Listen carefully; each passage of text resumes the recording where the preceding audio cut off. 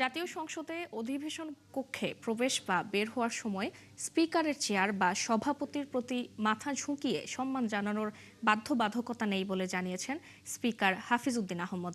তিনি বলেছেন, সংসদ সদস্যরা নিজ নিজ ধর্মীয় রীতি অনুযায়ী সম্মান প্রদর্শন করতে পারবেন।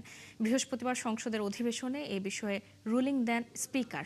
তিনি বলেন, জাতীয় সংসদের ধারা অনুযায়ী সংসদে প্রবেশ বা বের হওয়ার সময় এবং আসন গ্রহণ বা ছাড়ার সময় সদস্যরা সভাপতির প্রতি সম্মান প্রদর্শন করবেন। তবে অষ্টম জাতীয় সংসদের সময়ে বিধিটি সংশোধন করে ঝুঁকিয়া শব্দটি বাদ দেয়া হয়।